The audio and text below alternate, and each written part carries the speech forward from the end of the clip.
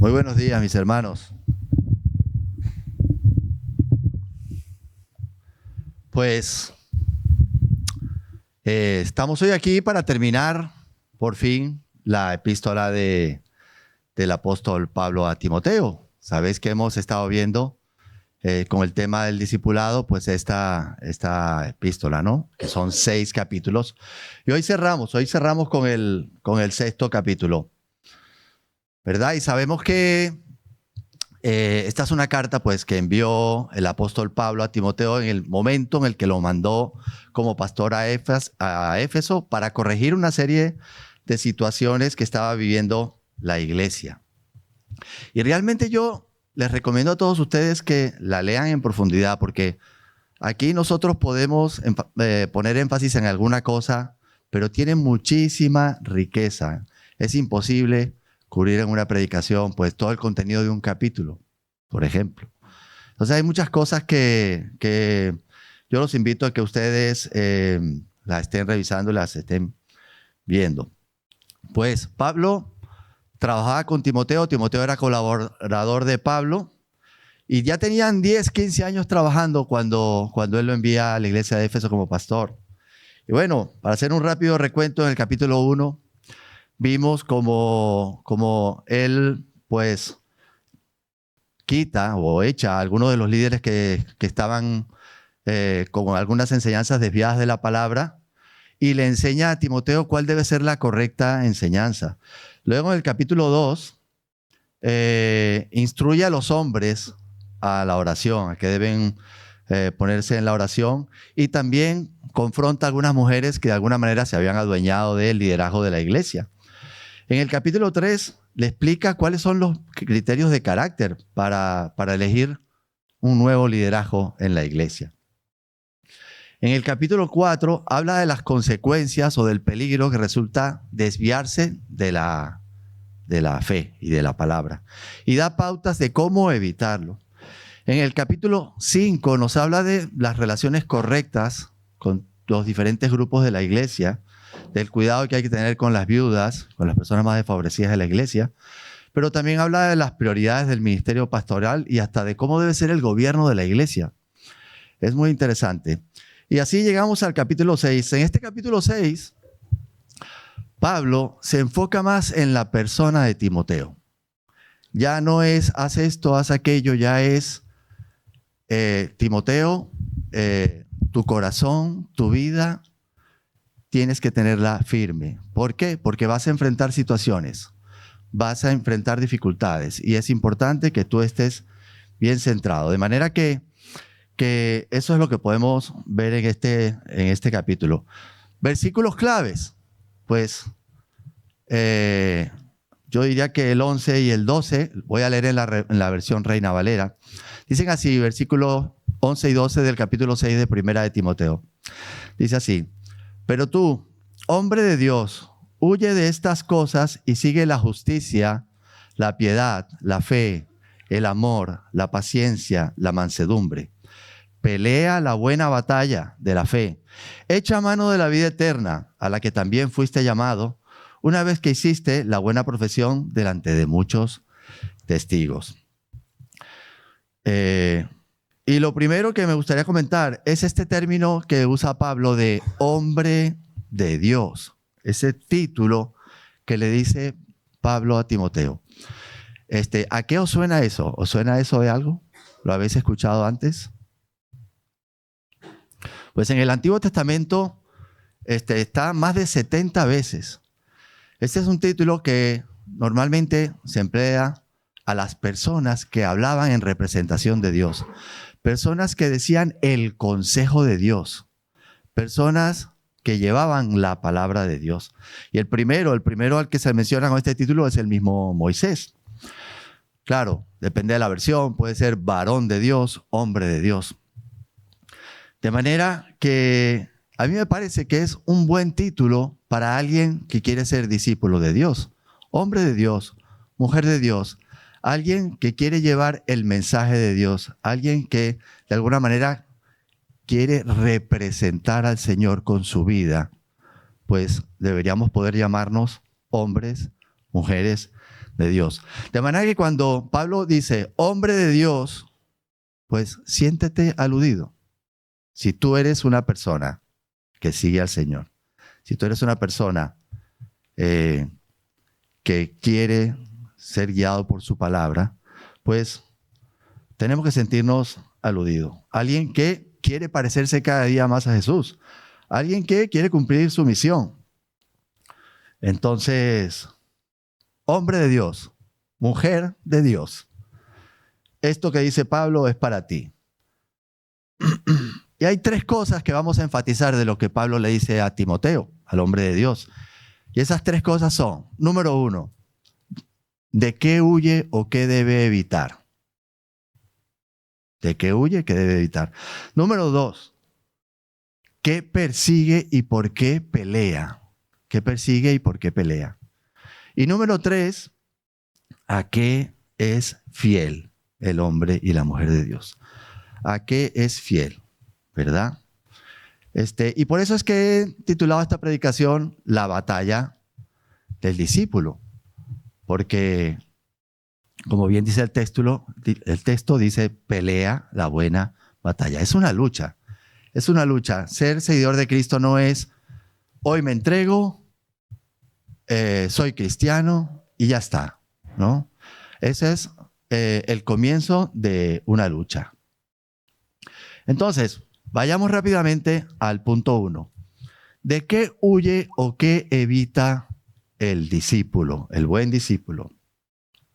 ¿A qué se refiere Pablo cuando dice, huye de estas cosas? Claro, esto lo estamos leyendo en el versículo 11, pero él ya ha venido diciendo cosas de las que tiene que huir, ¿verdad? Y ahora las vamos a ver, pero básicamente de lo que nosotros tenemos que huir,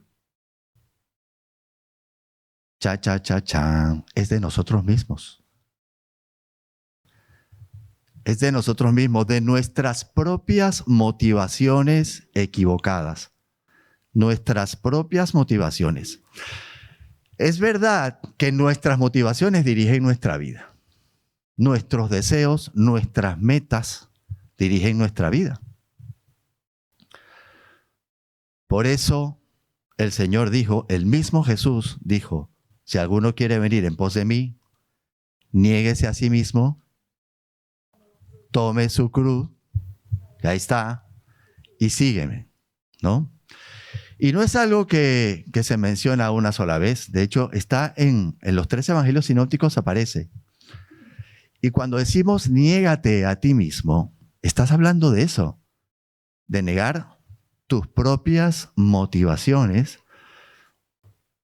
y empezar a pensar en las cosas que Dios quiere para ti, no en las que tú quieres para ti mismo. Y eso incluye nuestras metas, nuestros sueños, nuestros deseos, etcétera, etcétera, etcétera. Entonces, ¿qué es lo que aspiramos? Casi todos vivimos pues con las metas. ¿Cuáles son las metas que todos tenemos? Todo el mundo aspira pues conseguir un buen trabajo, comprarse un piso, comprarle un piso a tus hijos si llegas, si puede ser posible, ¿verdad? Irse de vacaciones todos los veranos, llegar con buena salud a la edad madura, y jubilarte con lo necesario. Más o menos por ahí van los temas de lo que todo el mundo quiere. De alguna manera tenemos eso metido en el chip. Nuestra vida está marcada por esto. Vamos como ovejas a esto. Y claro, esto le podemos meter más cosas, montar negocios, ser personas importantes, hacer carreras, etcétera, etcétera, etcétera. ¿Estas cosas están mal de por sí? No están mal. O depende, diría yo. Depende. Depende. ¿De qué depende? Porque esto marca nuestras vidas. Si esto marca nuestra vida, nuestro esfuerzo, nuestro día a día, y dejamos de lado al Señor, dejamos de lado su palabra, su misión, nosotros tenemos que continuar la misión del Señor aquí Hemos sido comprados por sangre. Ya nosotros no somos dueños de nosotros mismos. El seguir con nuestra vida es algo que nosotros tenemos que ponérselo al Señor. Un joven hoy se entrega al Señor y está estudiando una carrera, derecho, por ejemplo. ¿Tiene que abandonar sus estudios o su carrera de derecho? Pues no la tiene que abandonar. Pero de pronto ya su énfasis no es el convertirse en una persona de dinero, en tener un prestigio. Es entregárselo al Señor, ver cómo el Señor quiere usar eso, si lo quiere usar, porque a lo mejor lo quiere enviar y hacer a otro sitio para hacer otra cosa. O sea, entendamos que cuando nosotros nos entregamos al Señor y le decimos, Señor, eres dueño de mi vida, eres el Señor de mi vida, pues eso va allí, en esa entrega. No es, bueno, tú eres el Señor de mi vida, pero después de que yo cumpla mis sueños. No, tenemos que empezar a escuchar al Espíritu y ver cómo eso se une con nuestros anhelos, que si no hay que dejarlos, al menos cambian, porque ya no son nuestros, ya no deberían ser nuestros nada más. Fíjense que Jesús dice en Lucas 14 dice, si alguno viene a mí y no aborrece a su padre y madre y mujer e hijos y hermanos y hermanas y aún también su propia vida, no puede ser mi discípulo. Entonces, ¿qué significa? ¿Que vas a odiar a tus hijos? ¿Que vas a odiar a tus padres? No, no vas a odiar a tus hijos y tus padres, pero ellos no son el motor de tu vida. Ellos no deben guiar tus acciones del día a día. ¿Qué debe guiar tus acciones del día a día? La palabra de Dios. Tenemos la voz del Espíritu. Entonces, muchas veces vivimos acallando eso y queriendo seguir con nuestra vida, con nuestras metas, con nuestras motivaciones, ¿verdad? Y eso no es ser un discípulo, eso es no ser un hombre o una mujer de Dios. Tampoco significa que lo tengas que dejar, pero tienes que escuchar y ver dónde el Señor abre puertas, qué es lo que el Señor guía, qué es lo que el Señor te llama a hacer.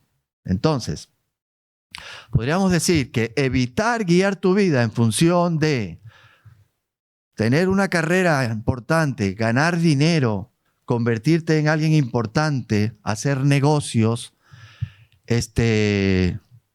adquirir propiedades. Eso no debería ser el norte de tu vida, a menos que el Señor te esté guiando para eso.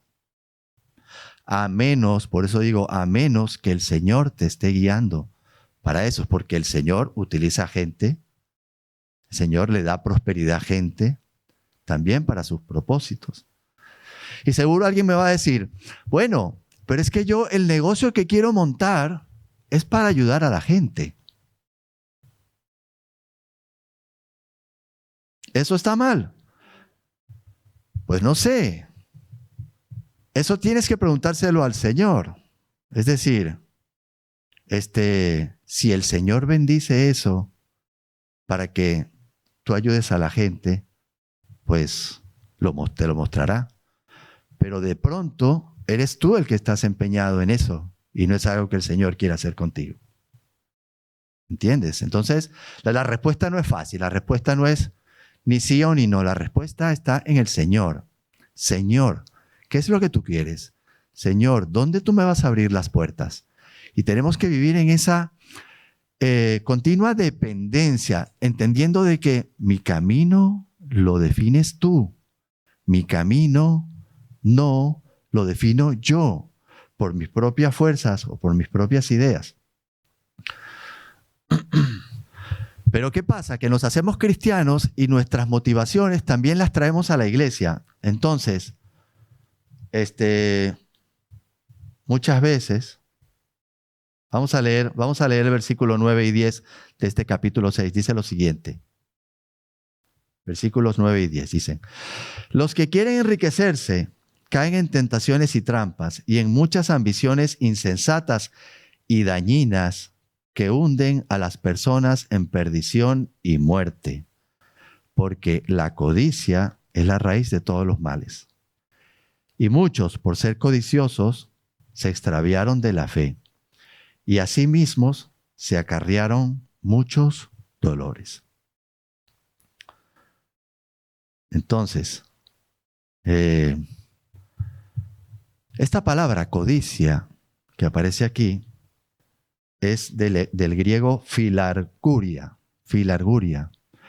Y esto significa fileo que es amar, ¿verdad? Y argurus, que es plata, que es literalmente como se traduce en la Reina Valera de 60, amor al dinero, ¿verdad? Es desear cosas para tu disfrute. Todos queremos mejorar, ¿verdad? Todos queremos mejor sueldo, todos queremos mejor trabajo. ¿Eso está mal?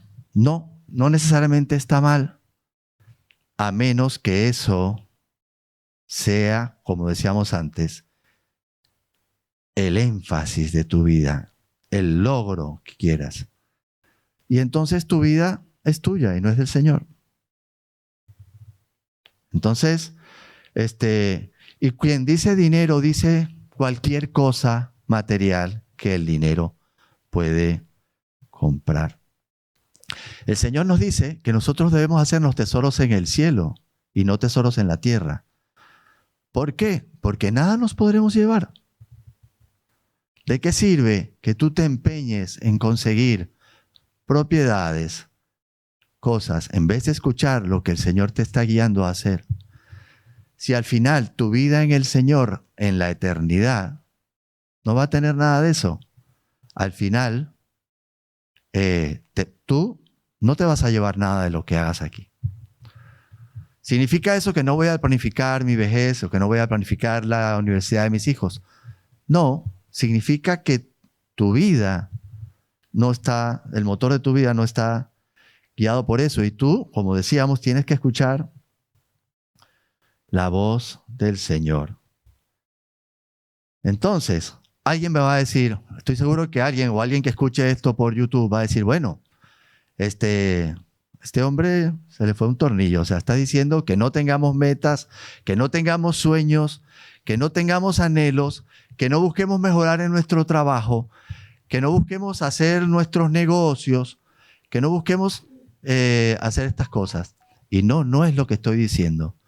Lo que estoy diciendo es que el que guía tu vida es el Señor y a quien le tienes que preguntar qué debes hacer es al Señor. Y que el Señor te mostrará. Así como los discípulos dejaron sus vidas, lo dejaron todo por seguir al Señor, lo primero que hicieron fue conocerle. Lo primero que nosotros tenemos que hacer es conocerle. Y después Él guiará. Después la voz del Espíritu los guió a lo que el Señor los quería mandar a hacer. Y nosotros no somos diferentes. Nosotros también deberíamos estar tan comprometidos con el Señor como para decirle, Señor, aquí estoy, heme aquí. Soy abogado, bien, pues usa eso si tú quieres. Pero si no quieres, no lo uses. Tengo un negocio. Eso sostiene a mi familia, muy bien. No es que lo vas a dejar. ¿Cómo mi negocio puede proclamar tu nombre? Puede proclamarte a ti como Salvador.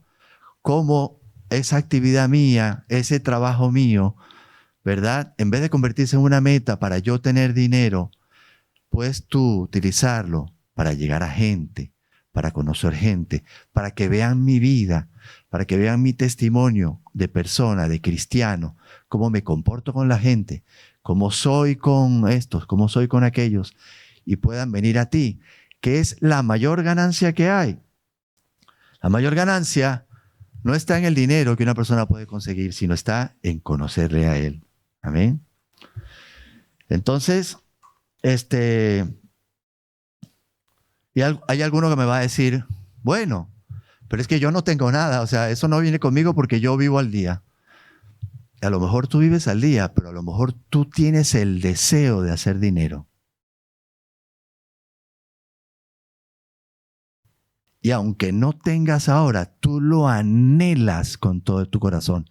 Y esto es para ti, porque es para aquellos que tienen ese anhelo de hacer las cosas. Y como decíamos, no está mal progresar, pero es que ahora tú tienes que ver las cosas delante del Señor. Y tanto es así que el Señor no tiene nada, o sea, el dinero no está mal. El problema no es tener dinero. De hecho, aquí en este capítulo hay una breve sección para los que tienen dinero. Les dice así, les dice en el versículo 17, les dice: a los ricos de este mundo, mándales que no sean altivos, ni pongan la esperanza en las riquezas, que son inciertas, sino en el Dios vivo, que nos da todas las cosas en abundancia, para que las disfrutemos. Recomiéndales que hagan el bien, que se hagan ricos en buenas obras y que den con generosidad y compartan fácilmente. Entonces, lo que le está diciendo son 3 cosas a los ricos, que yo creo que igual a los que somos pobres nos vienen bien, y es esto. Te dice, mira, si tú tienes dinero, esto es algo que el Señor te ha dado. Así que no te sientas mejor que los demás porque tengas un poco más. No te sientas mejor que los demás porque tengas una cuenta de banco un poco más abultada. No te sientas superior a los demás. Todo es dado por Dios. Tu inteligencia, y si obtuviste el grado que tuviste, y si tienes el puesto que tuviste, es porque Dios te lo ha dado. Y qué bueno que lo puedes tener. Número 2 te dice, vale, tú tienes una buena cuenta de banco, pero tu confianza no la pongas en la cuenta de banco, porque mucha gente tiene la cuenta en el banco y se sienten tranquilos. ¿Por qué? Porque su confianza está ahí. Pero eso, dice la palabra, que es incierto. ¿Cuál es nuestra verdadera roca de confianza? El Señor. Es en el Señor donde tenemos que poner nuestra confianza, no en una cuenta de banco o en algo o en riquezas que puedas tener. Y lo tercero que le dicen es, esas riquezas no son para ti, es para que seas generoso con otra gente. Da con generosidad. No es para ti. Haz el bien. Haz el bien. Haz buenas obras.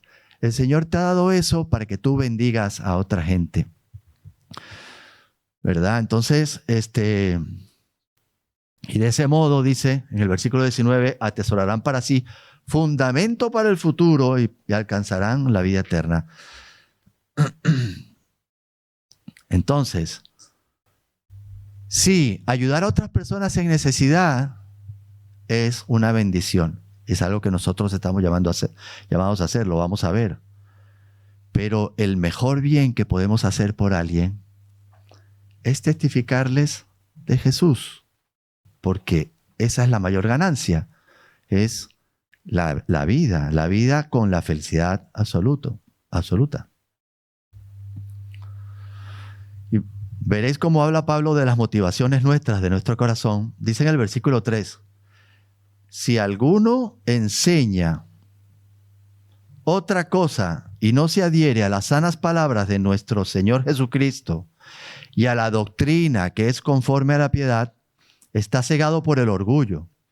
No sabe nada, está enfermo de controversias y discusiones de las que nacen envidias, pleitos, calumnias, sospechas malignas y altercados continuos, propios de personas de mente corrupta, privados de la verdad y que piensan que la piedad es un negocio. Entonces, hay personas que sus ambiciones personales se las traen a la iglesia. Es decir, ahora soy cristiano, yo antes quería hacer dinero, hacer negocios, ahora soy cristiano, entonces ahora quiero ser alguien importante en la iglesia. Quiero ser alguien reconocido en la iglesia. O quiero aprovechar para hacer dinero con el tema espiritual. Y nuevamente vuelve a las dos cosas, a las dos motivaciones que son propias de nosotros como seres humanos, que son el orgullo, el querer ser importantes y el querer tener, ¿verdad? El querer, la codicia, ¿no?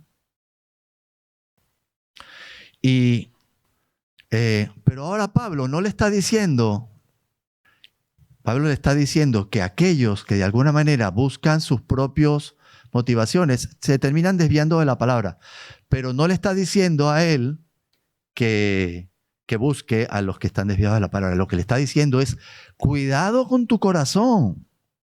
Lo que le está diciendo es, tú puedes desviarte de la palabra por querer perseguir tus motivaciones, tus anhelos personales, por querer ser importante o por querer inclusive hacer dinero. Tú podrías desviarte. Tu corazón podría desviarse de la sana doctrina. Y Timoteo pudiera ofenderse, porque Timoteo tenía 10, 15 años trabajando con Pablo. Y bueno, que te digan, oye, ten cuidado, que tú te puedes desviar, pues es algo que a veces no nos gusta escuchar. Pero todos somos susceptibles. Todos vivimos rodeados de una filosofía que va contraria a la palabra. Y todos podemos desviarnos. Y todos tenemos motivaciones. Todos tenemos un corazón que late y todos queremos cosas. Y cuando queremos cosas, y pues es la combinación para eso. Dice la palabra que la avaricia es idolatría. Pero es justo por eso, porque nuestro corazón lo que quiere son cosas en vez de entregárselo al Señor. Entonces, la doctrina de la piedad. ¿Qué es eso de la doctrina de la piedad? Doctrina, la palabra es didascalía, que es de donde viene la palabra didáctico, y es enseñanza. No tiene más. Y la piedad. ¿Qué es la piedad? La piedad es la palabra griega Eusebia. De esta palabra viene el nombre Eusebia. ¿Conocéis a alguien que se llama Eusebia? Significa piadosa. Significa devoción. Significa justamente eso. Es las actitudes que debemos tener hacia Dios. Entonces, la doctrina que es conforme a la piedad no es otra cosa que la enseñanza de la palabra que nos lleva a buscar a Dios, a seguir a Dios, a obedecerlo, etcétera, etcétera. Y no a buscar nuestras propias cosas.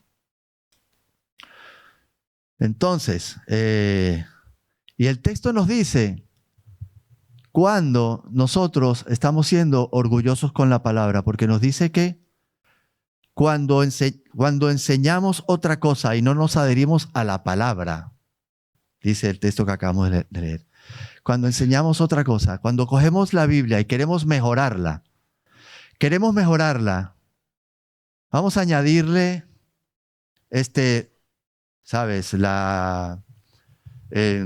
Lo que ahora dicen de marketing.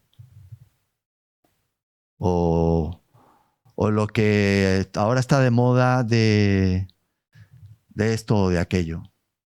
Cuando nosotros hacemos eso, estamos siendo orgullosos porque estamos diciéndole a Dios que su palabra no está bien, que nosotros la vamos a mejorar, la vamos a matizar. No, es que esa palabra no está bien. Es que no está adecuada al tiempo. Es que debería incorporar lo que ahora se sabe. ¿Entiendes? Eso es actuar de manera orgullosa, porque la palabra del Señor es la palabra del Señor. Y no estoy hablando de interpretarla o de aplicarla al tiempo, porque eso es lógico que tenemos que hacer. Os pongo un ejemplo. El versículo 1 dice, todos los que están bajo el yugo de esclavitud, que consideren a sus amos dignos de toda honra.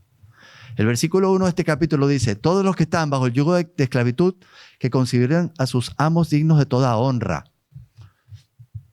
Y tú dices, bueno, pero ahora no hay esclavitud.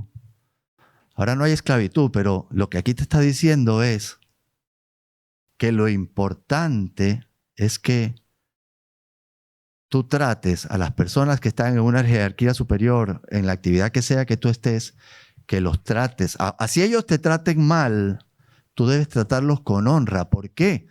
Porque lo que el Señor quiere es que a través de ti, de que vean cómo es tu conducta, ellos lleguen a conocerlo.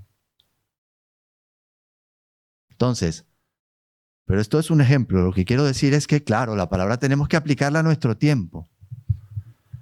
El problema es cuando la queremos modificar, cuando la queremos mejorar. Entonces, si rechazamos la verdadera doctrina de la piedad, que es lo que dice Pablo, pues al final estaremos desviándonos. Y es lo que le dice Pablo que evite. Y Pablo le dice cuál es el antídoto de las motivaciones del corazón. Le dice, en el versículo 6, le dice, y ciertamente la piedad es un gran negocio. Cuando uno se contenta con lo que tiene, porque nada hemos traído a este mundo y sin duda nada podremos sacar.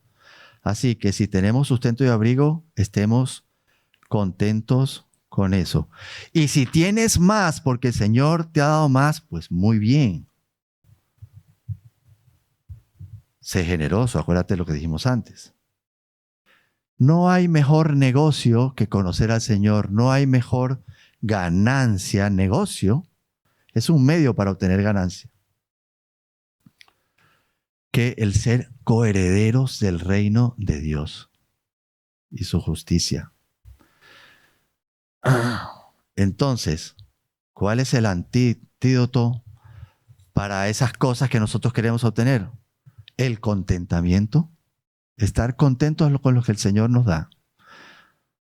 Esto tampoco nos debe llevar a tener una actitud de resignación. No voy a buscar trabajo, ¿verdad? No voy a hacer nada, que me caiga lo que el Señor me quiera dar. No, no es de eso que estamos hablando. Por supuesto que tú tienes que esforzarte. Por supuesto que tienes que buscar mantener a tu familia, producir. Lo que está diciendo es que sepas vivir con lo que el Señor te da. Que sepas estar satisfecho con lo que el Señor te da y no se te vaya la vida en buscar más. Con eso neutralizas el corazón. Señor, tú eres dueño de mi vida. Entonces, seguimos. El tiempo se va rápido. Hemos dicho, ¿qué es lo que debemos evitar? Pues seguir nuestro corazón cuando dejamos de lado al Señor. 2, ¿qué podemos perseguir? Pues nos dice la justicia, la piedad, la fe, el amor, la paciencia, la mansedumbre, la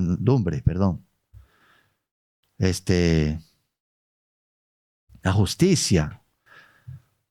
La palabra dikaiosune significa integridad, es hacer lo correcto,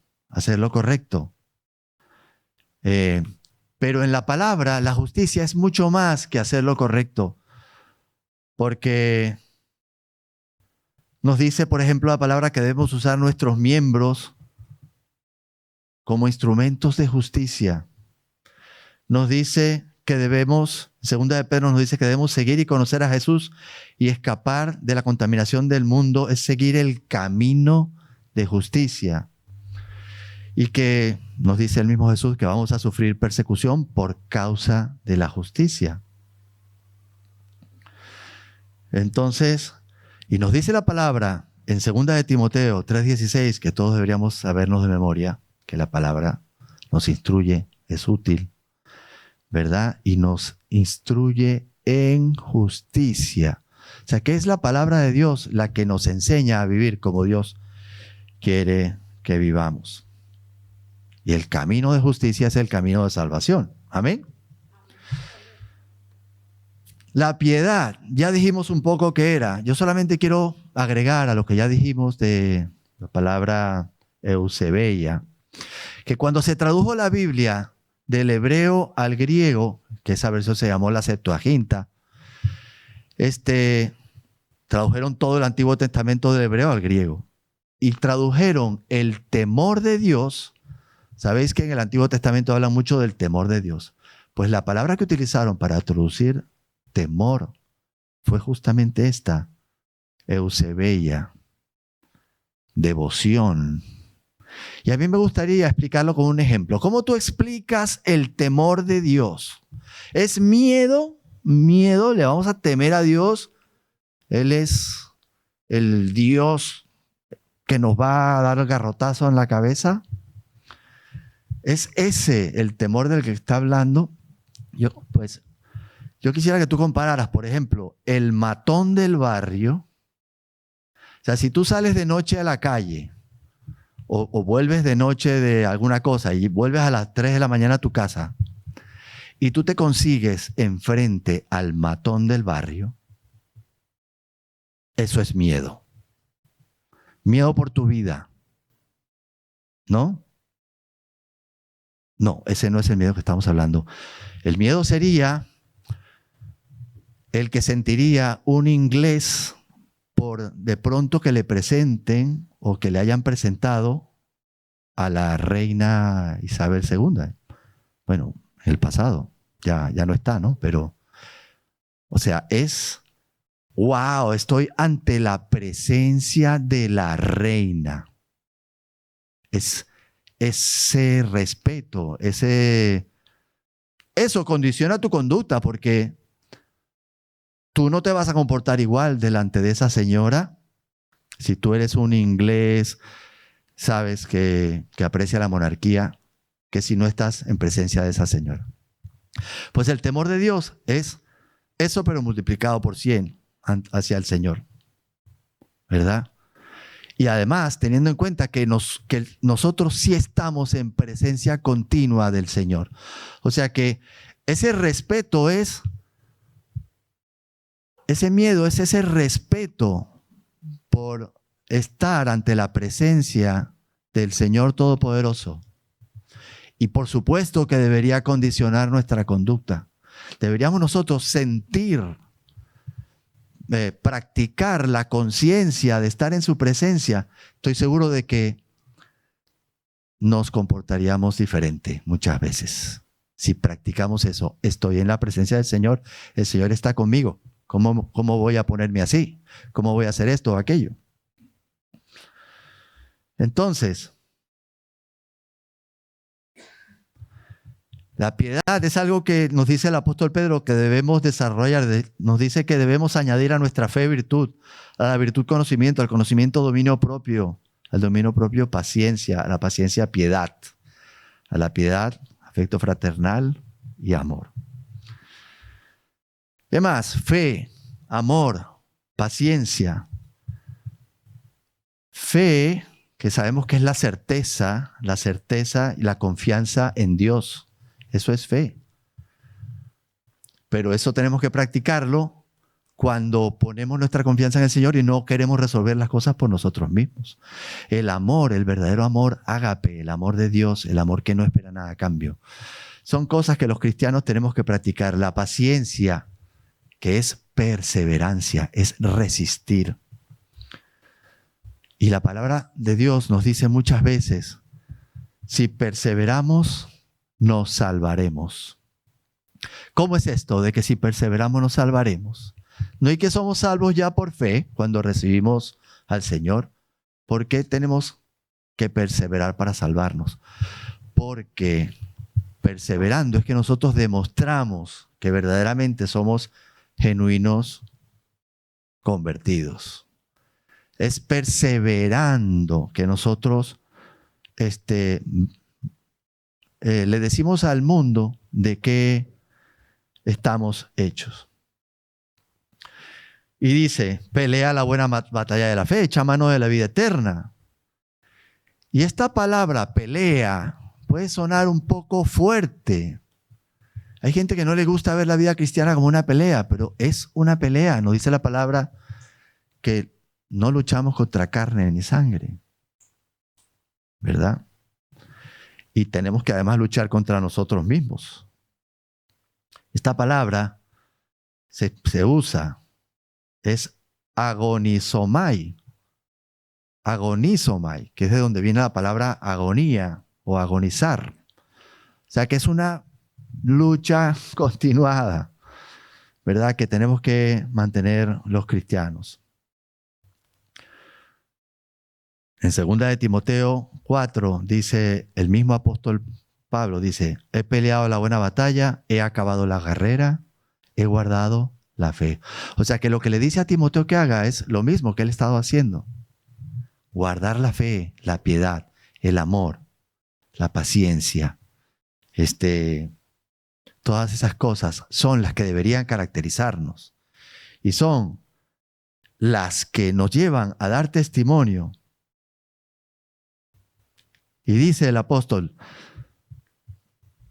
delante de Dios que da vida a todas las cosas y de Jesucristo que dio testimonio de la buena profesión delante Poncio Pilato, te mando que guardes sin mancha e irreprensible este mandato hasta la aparición de nuestro Señor Jesucristo. Y con esto voy al tercer punto, que es a qué debe ser fiel el discípulo. Guarda sin mancha el mandato. ¿De qué mandato está hablando? Está hablando de la palabra de Dios. Está hablando que nosotros debemos tener la misma profesión que tuvo Jesucristo delante de Poncio Pilato. Poncio Pilato le dijo, estoy leyendo Juan 18, repuso entonces Pilato, así que tú eres rey, respondió Jesús. Tú dices que yo soy rey. Yo para esto he nacido y para esto he venido al mundo, para dar testimonio de la verdad. Todo aquel que es de la verdad, oye mi voz. Entonces, Cristo dijo para qué vino. Y nosotros, cuando tenemos que hacer la misma profesión, la palabra que se utiliza aquí para profesión es la misma que se utiliza para confesión.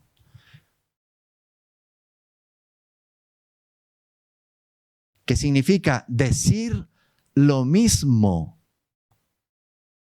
Homologueo es la palabra. Homo, que es lo mismo. Logos, que es la palabra. Que es la palabra hablada, la palabra en general. Entonces, nosotros estamos llamados a decir lo que Jesús dijo. Es decir, a decir que Jesús es la luz del mundo, que Jesús es la salvación de las personas. Nosotros tenemos que repetir lo que Él le dijo a Pilatos.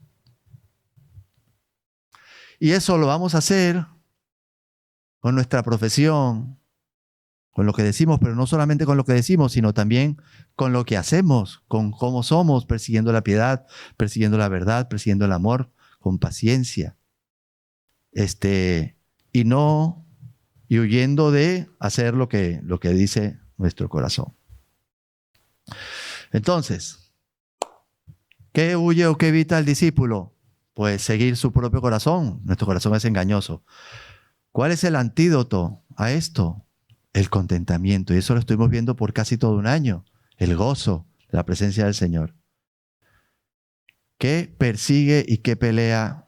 ¿Por qué persigue? ¿Por qué pelea y qué persigue el discípulo? La justicia, la piedad, la fe, el amor, la paciencia, la humildad. ¿Verdad? ¿Y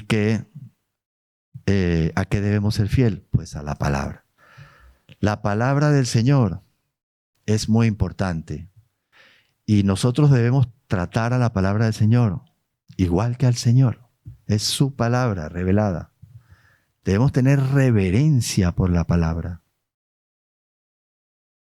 Y podemos nosotros tener mucha reverencia cuando nos ponemos delante, cuando hablamos de la palabra. Pero es cumplirla. Cuando dice guárdala, guarda el mandato es obedécelo. Obedece lo que te está diciendo aquí. Haz esto. Entonces, empecemos a preguntarle al Señor cómo quiere Él utilizarnos, cómo quiere Él guiar nuestras vidas, cuáles son los propósitos que Él quiere usar. Tengas 15, 20, 70, 80 o 50 años. estás vivo, estás aquí y eres un hombre o una mujer de Dios. Amén. Oremos. Gracias, Señor, porque tu palabra siempre nos abofetea, nos confronta. Señor, yo tengo que decirte que ni negocios en el cielo, ni negocios en la tierra, Padre.